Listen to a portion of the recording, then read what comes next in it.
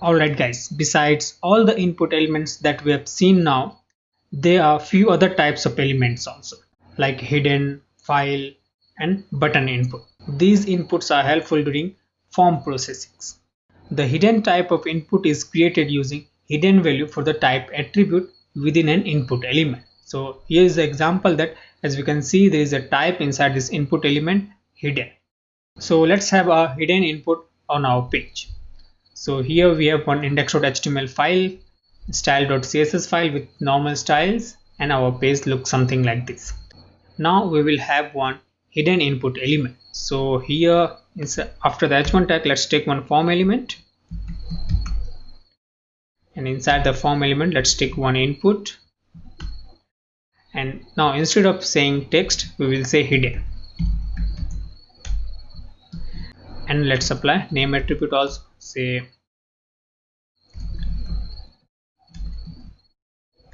tracking code. Now we will also add one value attribute because the users are not going to provide the value for this hidden input. So let's say ABC anything. Now save it. Let's have a look on our page. Alright, there's nothing that we can see on our page. It's just because this is a hidden input. The hidden inputs are typically used to track codes or other piece of information which are not relevant to users, but it helps in processing the form data. And the hidden inputs are not displayed on the page but can be found while viewing the source code of the page. So right now we don't see anything on our page, but if we inspect our page here, we can find that input we have taken inside the body form, and here we have that input. So this hidden input is not displayed on the page but helpful in processing the form data. Alright, after the hidden input there is another input, that is file input. The file input allows users to add files to a form. So to create a file input we need a file value for the type attribute. So after this input let's take one more input. In this we will, instead of saying text, we'll say file, and let's apply our name attribute also, say file. Now save it, then give it a refresh. So here we have file input, as it is providing one option to choose a file. So if we click here choose file, we can upload any files from our computer or from our systems. So here let's say something, let's choose one file, maybe index.html file only, open. So here we have that file. So this file input allows users to add files to a form. Alright, after the file input let's have a look on button inputs. Actually, once the required informations are filled by the users, the form needs to be submitted for further processing, and to submit form data the submit buttons are created. Most commonly submit buttons are created using input or button elements. First of all, let's see how we can create a button using input field, then we'll see what is a button element. So for that purpose, first of all let's create a login form here, then we'll see how do we create a button. So let's take an input saying text, and let's have a name, maybe username, and we also need email address. So for that purpose let's take type email, name, and the last we also need password.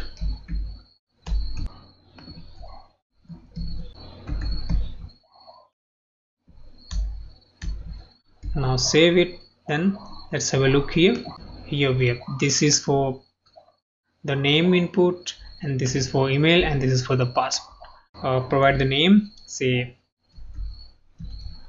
zone,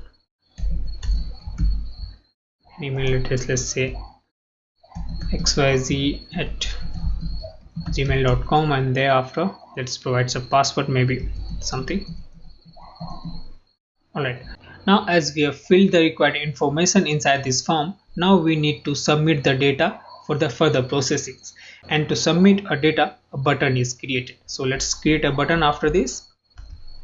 Okay, so this time we need type submit.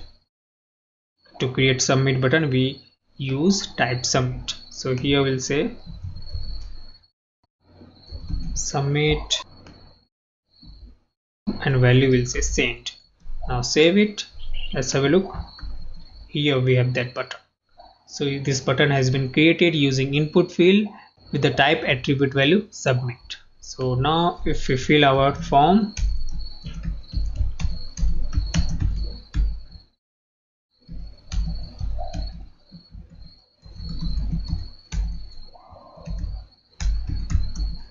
let's say the password. Now if we click send here, the data will be submitted for further processing. But right now this form is not functionable, so the data will not be further processed as we haven't done anything in the backend part.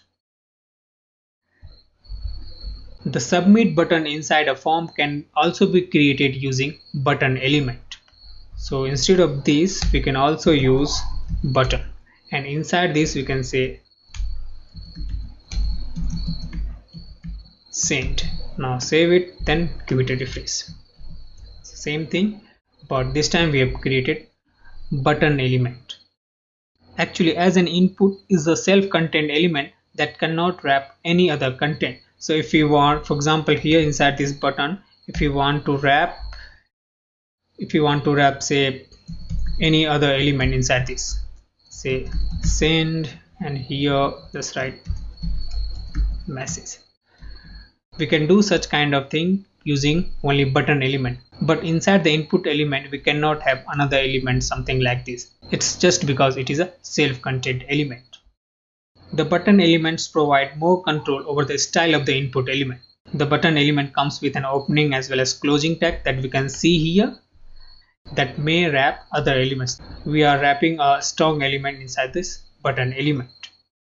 Sometimes we may want to wrap an icon inside button, maybe an image, etc., that we can do inside this button element, but we cannot do such kind of things inside input element. So now let's save this file and give it a refresh. So here we have send message.